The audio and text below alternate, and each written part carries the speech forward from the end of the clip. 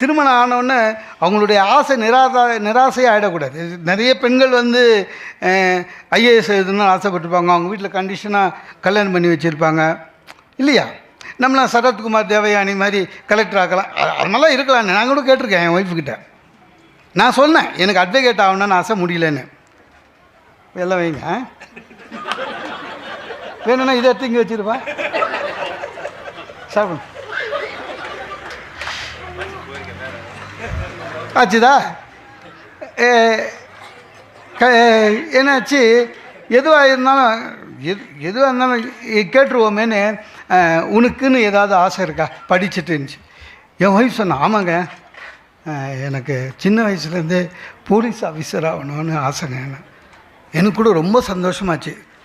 ஒரு கிரண்பேடி, ஒரு திலகவதி ஐபிஎஸ்ஸு அந்த மாதிரி ஆகணும்னு ஆசைப்பட்டிருக்கா போல. என்ன ஐபிஎஸ்ஸா? ஐபிஎஸ்லாம் இல்லைங்க, இந்த எஸ்ஐ ஆகி இந்த வரதட்சணை கேட்குறவனெல்லாம் முட்டி தள்ளணுன்னு பயந்துட்டு.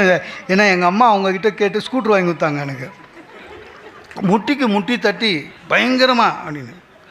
சார், வள்ளுவர் வாசுகியை போய் வாழ வேண்டும், குடும்பம் எப்படி இருக்க வேண்டும் தெரியுமா, கணவனும் மனைவியும் வள்ளுவன் வாசுகி மாதிரி எல்லோரும் சொல்கிறாங்க. நான் ஒன்று கேட்குறேன், யாராவது பார்த்துருக்கோமா வள்ளுவரையும் வாசுகியும்? வள்ளுவரை பார்த்துக்கிறோமா?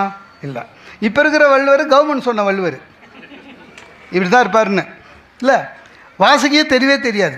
ஆனால் நம்ம எல்லாமே அளந்துடுறோம். ஒரு திருமண வாழ்த்துக்கு போனால் கூட நீங்கள் வள்ளுவரை நான் கேட்குறேன், என்றைக்காவது வாசுகி வள்ளுவரை திட்டாமல் இருந்திருப்பாங்க?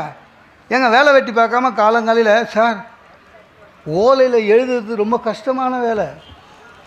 A4 எழுதுறதில்லை, எரேசர் கிடையாது, ஒயிட்னர் கிடையாது. அதுவும் இல்லாமல் ஓலை கீழே ஓலையை எடுத்து அப்படியே எழுத முடியாதுங்க, அதை பதப்படுத்தணும், அதுக்கேற்ற மாதிரி எழுத்தாணி பண்ணணும். இவ்வளோ வேலையும் செஞ்சுன்னு அவர் எழுதினே இருந்தால் திட்டிருக்கோம் அந்த அம்மா. எங்கள் சுகிசிவன் சொல்லுவார், ஒரு திருமணத்துக்கு போனவுடனே நீங்களும் கணவனும் மனைவியும் புரிஞ்சிக்க முடியாது. கணவனும் மனைவியும் ஒருவரை ஒருவர் புரிந்து கொள்ள முடியாது என்பதை புரிந்து கொண்டு, இல்லை அதான் உண்மை. ஆமாங்க, அதான் உண்மை. சும்மா அதெல்லாம் பேச்சுக்கு பேசிட்டு போகக்கூடாது எல்லாமே. சார் உண்மையிலேயே நல்லதொரு குடும்பம் எது தெரியுமா? எந்த குடும்பம் ஒற்றுமையாக இருக்கிறதோ அவங்கக்கிட்ட பணமே தேவையில்லை சார், பணம் தேவையில்லை. அந்த வீட்டில் இருக்கிறவங்க பெரிய பதவியில் இருக்கணும்னு தேவையில்லை.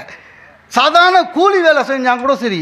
எந்த குடும்பம், கணவன் மனைவி குழந்தைகள் மாமியார் மாமனார், எந்த குடும்பம் ஒற்றுமையாக மன ஒற்றுமையாக அன்போடு வாழ்கிறார்களோ அவர்கள்தான் நல்லதொரு குடும்பம். அதுதான் நல்லதொரு குடும்பம்னா அதுதான் பிரச்சனை. இப்போது எனக்கு தெரிஞ்சுங்க, 40 ஆம்பளை ஒரே ரூமில் 10 வருஷம் ஒத்துமையாக இருப்பான்.